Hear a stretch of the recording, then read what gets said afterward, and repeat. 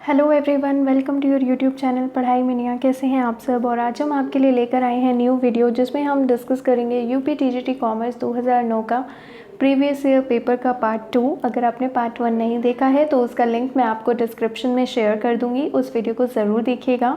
चलिए स्टार्ट करते हैं। पहला क्वेश्चन है, इंटरनल ऑडिटर को कैसे रिमूव किया जा सकता है। ऑप्शन ए है मैनेजमेंट के द्वारा, बी है शेयर होल्डर, सी गवर्नमेंट या डी स्टैट्यूटरी ऑडिटर। तो इंटरनल ऑडिटर को मैनेजमेंट ही रिमूव कर सकता है। नेक्स्ट बात करते हैं कि इंटरनल ऑडिटर क्या होता है या इंटरनल ऑडिट का क्या मतलब होता है। तो इंटरनल ऑडिट का मतलब होता है कि कंपनी के जब एम्प्लॉयज़ ही क्या करते हैं, ऑडिटिंग का वर्क करते हैं, तो उसे इंटरनल ऑडिट बोला जाता है। ऐसा इसलिए होता है, कहीं ऐसे फ्रॉड्स होते हैं जो अंदर ही अंदर होते हैं और वो नहीं क्लियर पता लग पाते। तो इस वजह से इंटरनल ऑडिट में जो एम्प्लॉयज़ होते हैं उनमें से कुछ ही, जैसे ऑडिटर्स होते हैं ना, उन्हीं को एज अ एम्प्लॉय अपॉइंट कर दिया जाता है ताकि वो क्या कर सकें, अंदर ही अंदर मतलब चेक करते रहें। तो बेसिकली इंटरनल ऑडिट का मतलब वो ऑडिट जो एम्प्लॉयज़ के द्वारा किया जाता है और मैनेजमेंट को इंस्ट्रक्शंस वगैरह देने के लिए। चलिए नेक्स्ट बात करते हैं, इनमें से कौन सा अनडिस्ट्रीब्यूटेड प्रॉफिट नहीं है। तो इनमें से जो अनडिस्ट्रीब्यूटेड प्रॉफिट नहीं है वो है सिक्योरिटी प्रीमियम अकाउंट। और सिक्योरिटी प्रीमियम से पूछा जाता है आपसे क्वेश्चन कि सिक्योरिटी प्रीमियम रिजर्व जो है उसका यूटिलाइजेशन आप कहाँ कहाँ कर सकते हो। तो इसका यूटिलाइजेशन आप कर सकते हो बोनस शेयर्स के इशू में कर सकते हो, प्रिलिमिनरी एक्सपेंसेस को राइट ऑफ करने के लिए कर सकते हो, डिस्काउंट को शेयर डिस्काउंट में आपने जो भी खर्चे करे हैं, शेयर डिस्काउंट है, discount on issue of shares, इसको राइट ऑफ करने के लिए कर सकते हो। नेक्स्ट है open and classes. Open and classes का क्या मतलब, जिसमें जैसे आपने सीरीज़ देखी होंगी कि स्टार्टिंग और लास्ट के कुछ क्लास इंटरवल्स वो मिसिंग होते हैं जिनमें मोर देन या लेस देन लिखा होता है, ऐसी सीरीज़ को ओपन एंड क्लासेस बोला जाता है। और ऐसे में जो सबसे अप्रोप्रिएट मेजर है डिस्पर्जन का वो कौन सा होगा। पहले बात करते हैं डिस्पर्जन क्या होता है। डिस्पर्जन का मतलब होता है कि स्कैटर्डनेस, कि कोई चीज़ कितनी स्कैटर कर रही है, कितनी डिफ़र हो रही है, वेराई कर रही है। इसमें क्या होता है कि जो आइटम्स होते हैं, मान लीजिए आपके पास x दिया है, उसको देखा जाता है जो भी वैल्यूज़ हैं, जो भी आइटम्स हैं, वो एवरेज वैल्यू से कितना डिस्पर्स हो रही हैं, मतलब कि उनमें क्या रिलेशन है, कितना स्कैटर्डनेस हो रही है। तो अगर आपको ओपन एंड क्लास के लिए जो सबसे अप्रोप्रिएट मेजर रहेगा वो रहेगा क्वार्टाइल डेविएशन, क्योंकि रेंज में आपको फर्स्ट आइटम और सेकंड आइटम, फर्स्ट आइटम और मतलब मैक्सिमम और हाईएस्ट वैल्यू लेनी पड़ती है, sorry maximum and minimum value लेनी पड़ती है। मीन डेविएशन भी है जो ओपन एंड क्लासेस में इनकन्वीनियंट नहीं होता है। और एसडीबी, देखिए अगर आपसे मेजर ऑफ डिस्पर्जन में पूछा जाए तो आपका जो सही है वो है क्वार्टाइल डेविएशन। इसमें ओपन एंड क्लासेस का कोई भी इफेक्ट नहीं पड़ता। लेकिन अगर आपसे पूछा जाएगा मेजर ऑफ सेंट्रल टेंडेंसी में, तो सेंट्रल टेंडेंसी का जब भी आपसे पूछा जाएगा तब आप क्या बोलेंगे, तब आप कहेंगे मीडियन भी सही है और मोड भी आप यूज़ कर सकते हैं ओपन एंड क्लास इंटरवल में। लेकिन मीन जो है वो ओपन एंड क्लास इंटरवल के लिए अच्छा नहीं है, मतलब इनकन्वीनियंस होती है, इस वजह से मीन का यूज़ भी ओपन एंड क्लास इंटरवल में नहीं किया जा सकता। मीन डेविएशन भी कहीं ना कहीं मीन पे ही बेस्ड है, स्टैंडर्ड डेविएशन भी, और रेंज भी सही नहीं होता है ओपन एंड क्लास इंटरवल के लिए। नेक्स्ट बात करते हैं, कंट्रोलिंग जो है उसका मेन ऑब्जेक्टिव क्या होता है। कंट्रोलिंग क्या होता है, पहले तो ये बात समझनी है। जो प्लानिंग होता है वो मैनेजमेंट का सबसे पहला फंक्शन होता है, और कंट्रोलिंग जो होता है वो प्लानिंग से ही क्या है, लिंक्ड है। कंट्रोलिंग में ये चीज़ देखी जाती है कि आपके सारी चीज़ें जो हैं, जो भी आप स्टेप ले रहे हो, जो भी आप प्रोसीजर ले रहे हो, क्या वो आप प्लान्स के हिसाब से वर्क कर रहे हो या नहीं कर रहे हो। तो कंट्रोलिंग में क्या किया जाता है कि चेक किया जाता है कि वेदर आपका जो भी एक्टिविटीज़ हैं वो प्लान के अकॉर्डिंगली चल रही हैं या नहीं चल रही हैं। अगर कुछ डेविएशन भी आता है, डेविएशन का मतलब कि आप प्लान से कहीं इधर उधर भटक भी गए हो, तो इफ़ेक्टिव मेजर भी कौन बताता है, कंट्रोलिंग के थ्रू ही बताया जाता है कि आप ये मेजर लो तो आपका जो भी डेविएशन है वो क्या हो जाएगा, ठीक हो जाएगा। कंट्रोलिंग में ऑप्शन देखते हैं। ऑप्शन ए है punish the guilty person, no. Fix responsibility of subordinates, no. Discipline maintain करना, नो। ये इंश्योर करना कि परफॉर्मेंस कैसे चल रही है, एज़ पर प्लानिंग चल भी रही है या नहीं चल रही है। कंट्रोलिंग के बारे में और आपको ध्यान रखना है कि कंट्रोलिंग जो है वो एक कॉन्टीन्यूअस प्रोसेस होता है। ऐसा नहीं है कि सिर्फ आपको कंट्रोलिंग की ज़रूरत लास्ट में ही पड़ेगी, बल्कि ये पूरा कॉन्टीन्यूअस प्रोसेस होता है। और ये कौन सी अप्रोच होती है, ये फॉरवर्ड लुकिंग अप्रोच होती है, क्योंकि आप इसमें क्या करते हो, पास्ट इवेंट्स को आप बदल नहीं सकते हो, लेकिन फ्यूचर में क्या करना है उसको ठीक करने पर भी आप क्या करते हो, जोर देते हो। तो ये कैसी अप्रोच है, ये फॉरवर्ड लुकिंग अप्रोच है। और ये किस पे बेस्ड होती है, it is based on planning. Planning पे ही बेस्ड होती है, क्योंकि इसका सारा वर्क जो होता है वो प्लानिंग को चेक करने का होता है कि सब चीज़ें प्लानिंग के हिसाब से हो रही हैं या फिर नहीं हो रही हैं। नेक्स्ट क्वेश्चन है, SIDBI is an apex financial institution. SIDBI जो है small industries development bank of India, ये एक एपेक्स फाइनेंशियल इंस्टीट्यूशन है।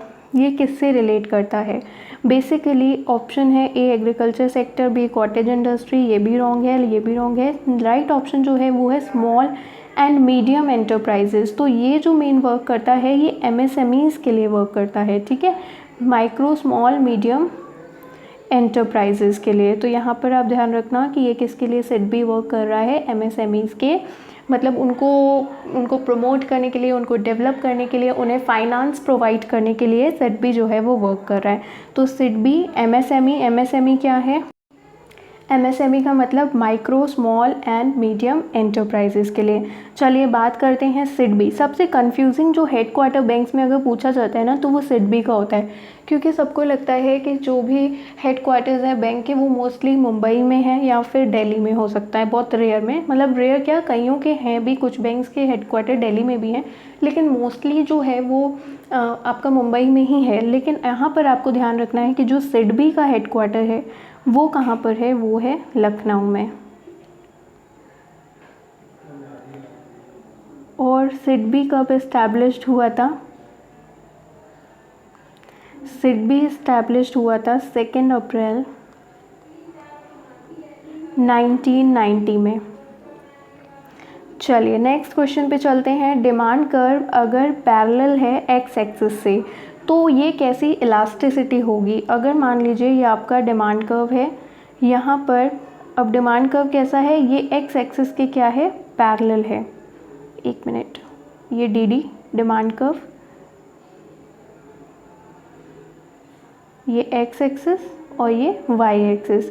अगर डिमांड यहाँ पे क्या है, क्वांटिटी डिमांडेड, और यहाँ पे क्या है, प्राइस।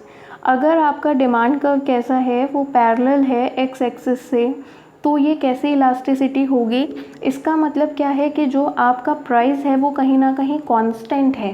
क्वांटिटी डिमांडेड हो सकता है, आगे पीछे कम ज़्यादा हो सकती है, लेकिन एक चीज़ जब कांस्टेंट होगी, मान लीजिए यहाँ पर क्या है, प्राइस बिल्कुल कांस्टेंट है, तभी तो ये पैरेलल बन रहा है ना।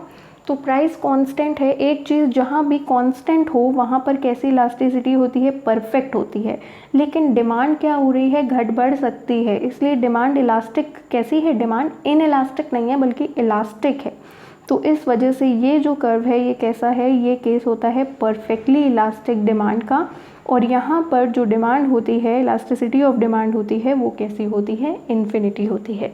एक बार फिर से समझ लीजिए, डिमांड कर्व अगर एक्स एक्सिस से पैरेलल है तो इसका मतलब प्राइस जो है वो एकदम कांस्टेंट चल रहा है। अब एक चीज़ जब कांस्टेंट होती है तो वहाँ पर परफेक्टली चीज़ आती है, ठीक है। आपकी क्वांटिटी कम ज़्यादा डिमांड हो सकती है, तो जो ऐसा कर्व बनता है वो परफेक्ट होता है जहाँ पर एक चीज़ कांस्टेंट रखी गई है। इलास्टिसिटी का मतलब क्या है, इलास्टिसिटी का मतलब है कि डिमांड जो है वो कम हो रही है या बढ़ रही है, तो डिमांड कैसी है, इलास्टिक है।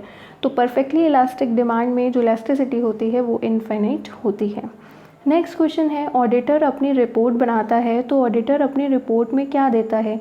तो ऑडिटर जो होता है वो अपनी रिपोर्ट में जजमेंट देता है, सॉरी जजमेंट नहीं, क्योंकि ये कोई जज थोड़ी ना है जो अपनी जजमेंट दे रहा है, बल्कि अपना एक ओपिनियन एक्सप्रेस करता है।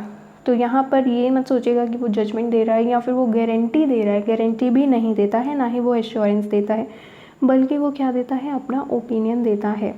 तो इसका राइट ऑप्शन क्या है, बी। नेक्स्ट है, balance of which of the following items में हैव क्रेडिट बैलेंस टू। इनमें से कौन से आइटम्स हैं जिनका क्रेडिट बैलेंस भी हो सकता है। आपको ध्यान रखना है, इन्वेस्टमेंट हमारी एसेट है, स्टॉक हमारी एसेट है, कैश भी हमारी एसेट है, बैंक भी हमारी एसेट है। तो यहाँ पर कैश का जो बैलेंस होता है वो हमेशा क्या होता है, डेबिट ही होता है। ये भी आपको यहाँ पे ध्यान रखना है, कैश का बैलेंस क्या होता है, डेबिट। लेकिन बैंक का जो है वो क्रेडिट भी हो सकता है, क्योंकि क्यों हो सकता है क्रेडिट, क्योंकि बैंक कभी कभी ओवरड्राफ्ट की फैसिलिटी भी देता है। तो ओवरड्राफ्ट की फैसिलिटी की वजह से जो बैंक है उसकी वजह से क्या हो सकता है, बैंक बैलेंस क्रेडिट भी शो कर सकता है। तो बैंक का डेबिट और क्रेडिट बैलेंस दोनों ही हो सकता है। आपको यहाँ पे ध्यान रखना है कि जो बैंक है उसका डेबिट बैलेंस भी हो सकता है, क्रेडिट बैलेंस भी हो सकता है, लेकिन जो कैश है उसका बैलेंस कैसा होता है, हमेशा डेबिट ही होता है। चलिए नेक्स्ट पे चलते हैं। अगर आपने टैक्स की पेमेंट एडवांस में कर दी है तो ये एक तरह की क्या है, ये एक तरह का प्रीपेड एक्सपेंस है, ठीक है। इसे आप क्या समझेंगे, प्रीपेड एक्सपेंस। प्रीपेड एक्सपेंस का मतलब वो एक्सपेंस जो आप पहले ही पे कर देते हो, मतलब अभी टाइम आपका नहीं है पेमेंट का, लेकिन आपने पहले ही उस चीज़ की पेमेंट कर दी है, तो ऐसे एक्सपेंसेस को बोला जाता है प्रीपेड एक्सपेंसेस।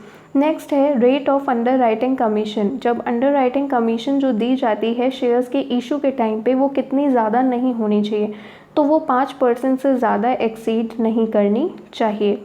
नेक्स्ट क्वेश्चन है law of inertia of large number क्या बोलता है। तो law of inertia of large numbers, law of inertia वैसे तो फिजिक्स का कंसेप्ट है, लेकिन इन statistics law of inertia of large numbers का मतलब होता है कि जितना बड़ा आप सैंपल लेंगे उतना ही ज़्यादा वो रिप्रेजेंट करेगा पॉपुलेशन को। क्यों, क्योंकि जितने ज़्यादा बड़ा आप सैंपल लेंगे मतलब उतनी ही ज़्यादा यूनिट्स जो होंगी पॉपुलेशन की वो भी शामिल होंगी।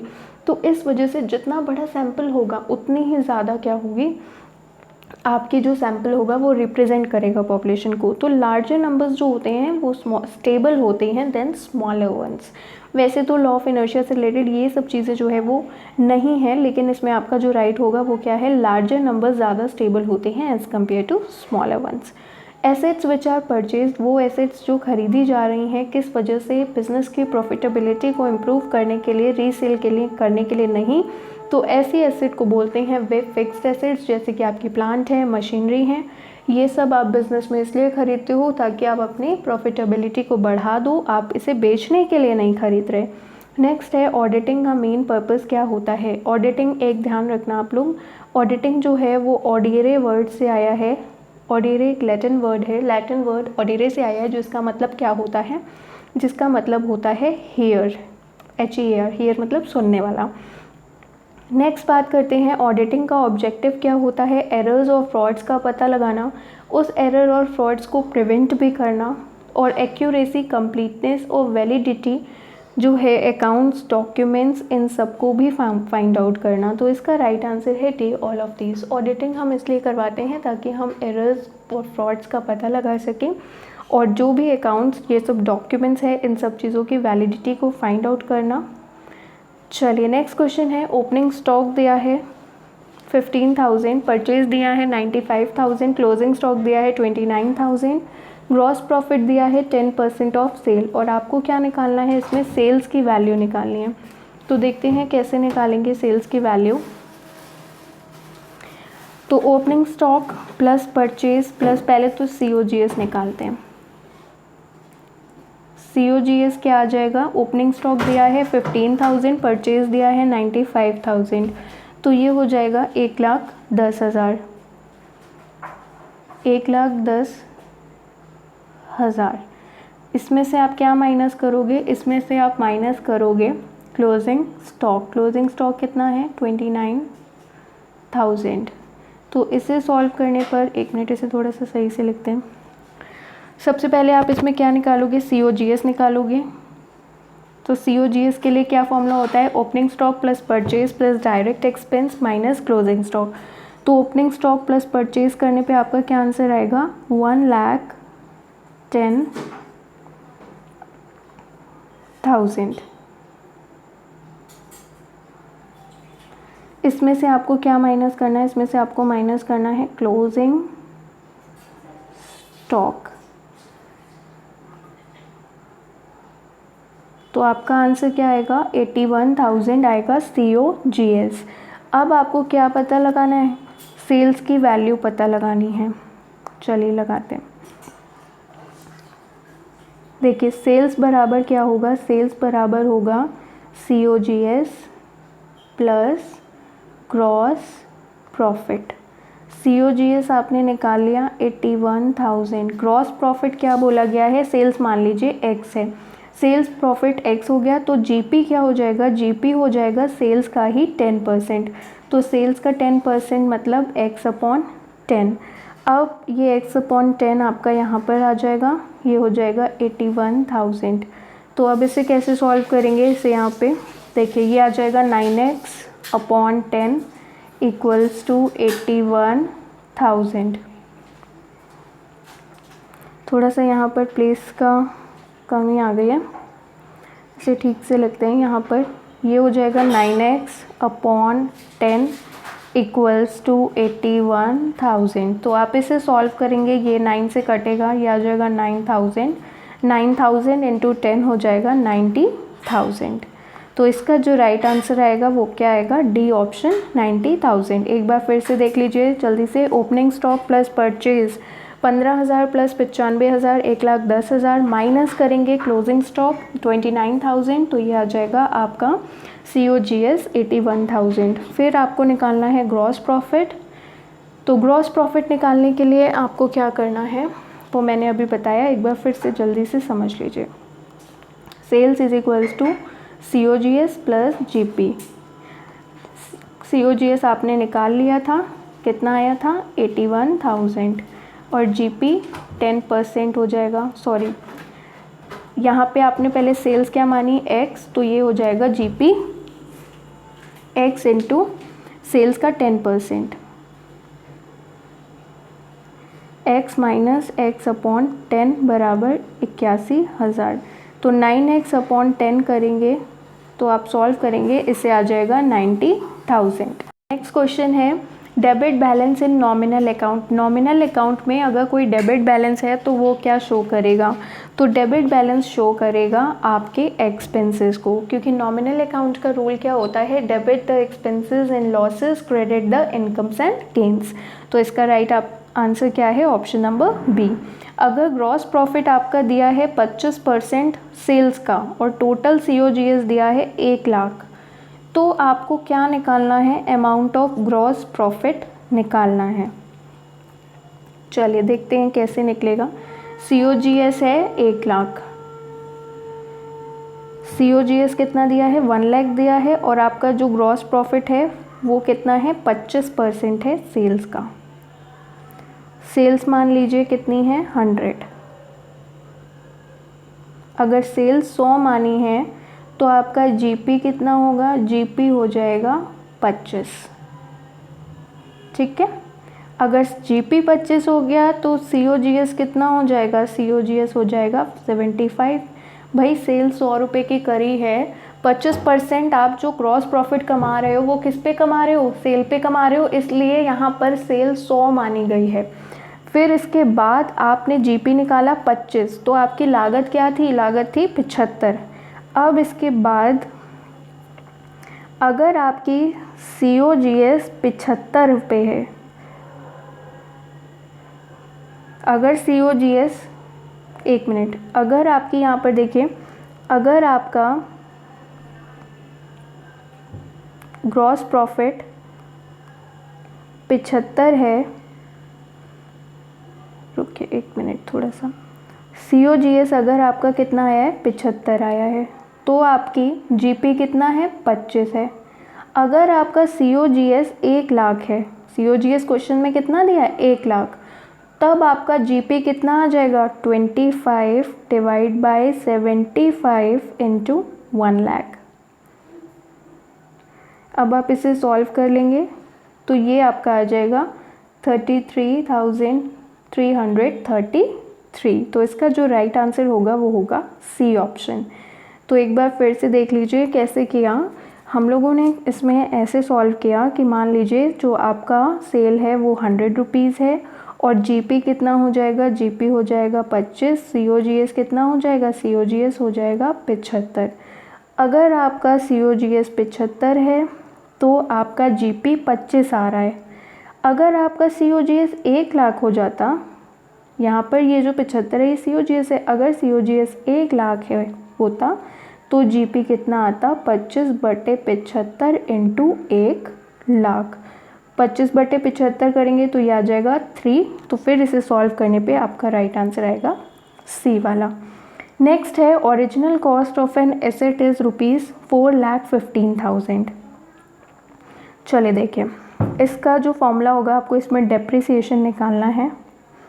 डेप्रिसिएशन का फॉर्मूला मैं आपको बाद में लिखाऊंगी, पहले मैं इसे सॉल्व करती हूँ। ओरिजिनल कॉस्ट कितनी है एसेट की वो लिख लीजिए, जितनी स्क्रैप वैल्यू है वो माइनस कर लो। एक मिनट,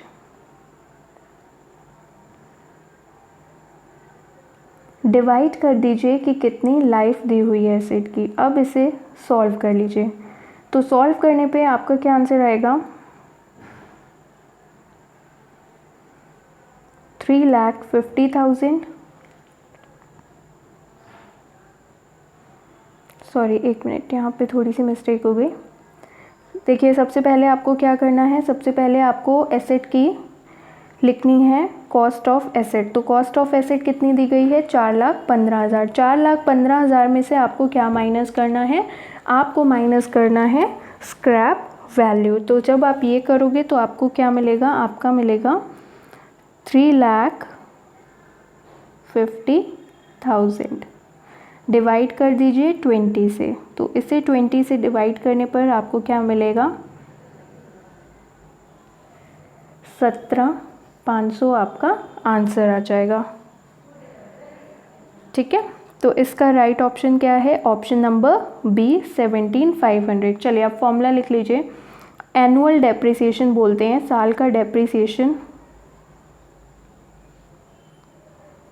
एनुअल डेप्रिसिएशन क्या होता है, ओरिजिनल कॉस्ट माइनस एसवी का मतलब स्क्रैप वैल्यू या रेसिडुअल वैल्यू जो भी दी हो वो, अपॉन में लिखेंगे लाइफ ऑफ एसेट, जो भी लाइफ दी है एसेट की वो आ जाएगी। तो यहाँ पर इस क्वेश्चन में आपको ओरिजिनल कॉस्ट दी हुई थी, कितनी दी थी, 4,15,000। 4,15,000 में 65,000 माइनस करेंगे तो 3,50,000 आ जाएगा। 3,50,000 को किससे डिवाइड करेंगे, जो एसेट की लाइफ दी है, और एसेट की लाइफ क्या है 20। तो डिवाइड करने पर आपका क्या आएगा, 17,500। अब क्वेश्चन पूछ रहा है कि प्लानिंग कमीशन का चेयरमैन कौन होता है। प्लानिंग कमीशन की जगह अब किसने ले ली है, नीति आयोग ने ले ली है, और इसका जो चेयरमैन होता है वो कौन होता है, प्राइम मिनिस्टर होता है। तो गाइज़ ये वीडियो यहीं पर ख़त्म होती है। अगर आपको वीडियो पसंद आए तो प्लीज़ लाइक करिएगा, and thank you for watching the video.